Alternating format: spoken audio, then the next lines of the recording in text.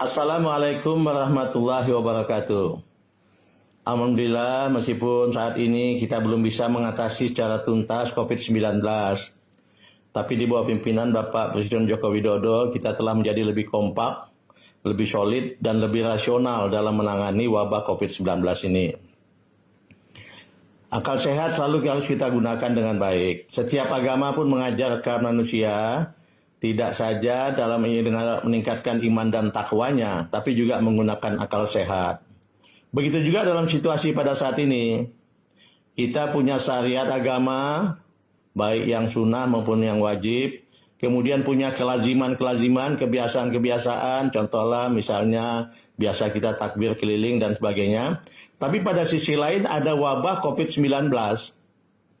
Nah, oleh sebab itu kita harus menggunakan akal sehat kita bagaimana menata ini. Ibadah tetap bisa jalan, kemudian penyebaran COVID-19 dapat kita cegah. Nah, untuk itulah kemudian kami mencoba merumuskan apa yang sebaiknya dilakukan pada saat puasa Ramadan dan Idul Fitri ini. Yang pertama harus dilakukan ya jelas bahwa puasa itu wajib dan harus kita lakukan dengan sebaik-baiknya.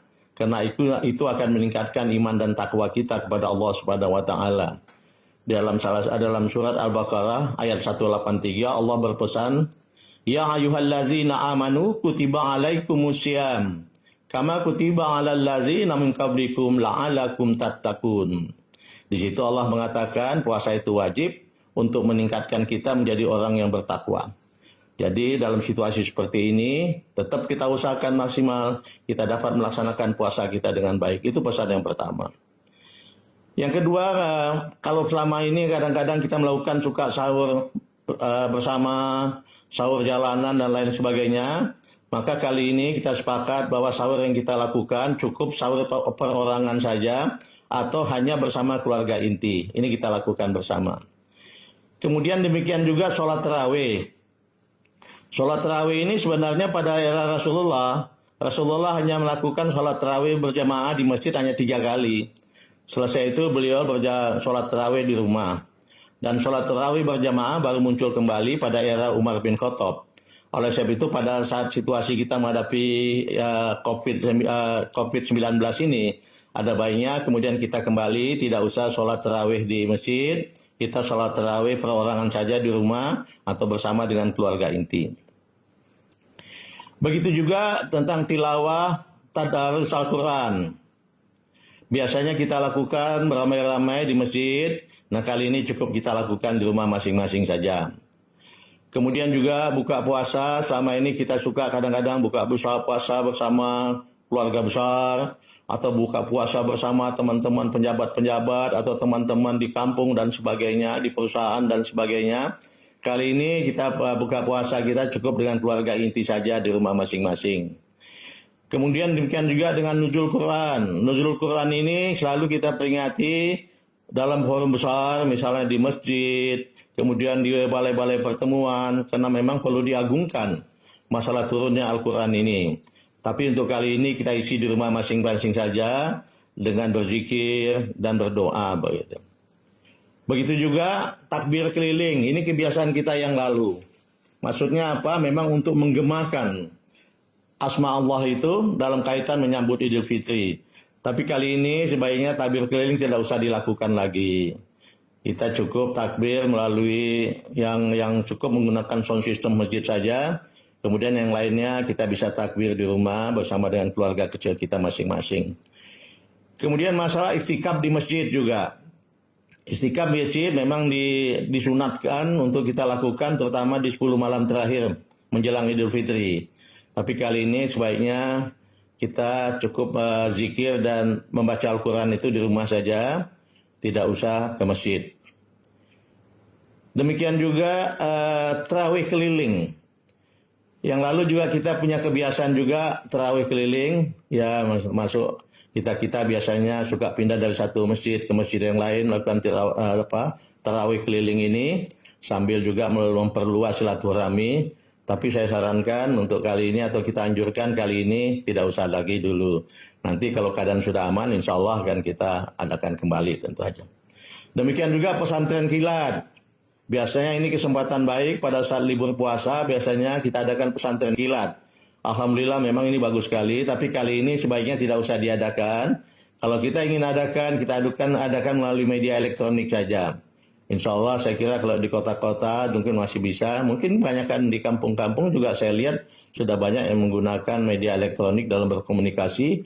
Saya kira kalau memang kita akan lakukan pesantren kilat, baik juga untuk kita lakukan hanya melalui media elektronik. Demikian juga masalah halal bihalal. Permohonan maaf satu dengan yang lain ini kebiasaan yang sangat baik. Tapi kali ini tidak usah kita datangi atau bertamu, atau tidak usah kita menerima tamu. Cukup kita menggunakan WA atau menggunakan media-media sosial lainnya. Kemudian juga lain saya garis bawahi tentang masalah zakat. Zakat mal khususnya ya. Karena kita tahu kalau zakat fitrah memang dibayarnya menjelang Idul Fitri pada bulan puasa. Tapi zakat mal kita dapat lakukan kapan saja. Dan kami atau kita semua menganjurkan supaya tidak usah ditunggu sampai bulan puasa atau mendekati Idul Fitri. Kalau bisa lebih baik, lebih cepat kita bayar sehingga bisa dimanfaatkan dengan baik oleh mereka-mereka yang membutuhkannya. Demikian juga pada saat pengumpulan maupun pembagiannya. Baik petugas maupun mereka-mereka yang memberikan zakat atau menerima zakat, sebaiknya betul-betul memperhatikan standar kesehatan. Misalnya pakai sarung tangan, pakai masker, kemudian jangan bersentuhan, kemudian cuci tangan, kemudian juga jaga jarak dan lain sebagainya. Ini betul-betul tolong diperhatikan. Perhatikan dengan ketat masalah protokol kesehatan ini. Kemudian saya ingin pesankan selaku Menteri Agama, momen ini juga kita manfaatkan juga untuk memperkokoh kerukunan umat beragama. Karena kita tahu dalam usaha kerjasama kita seperti ini, kita tidak peduli pasien itu agamanya apa, atau perawat dokter agamanya apa, kemudian memberikan doa sponsor agamanya apa. Semua kita bersama-sama bekerja sama dengan rukun mengatasi COVID-19 ini tanpa memperdulikan agama ataupun asal sukunya pasien-pasien maupun perawat-perawat dan sponsor itu. Ini kita gunakan sekali lagi untuk mengokohkan kerukunan umat beragama kita.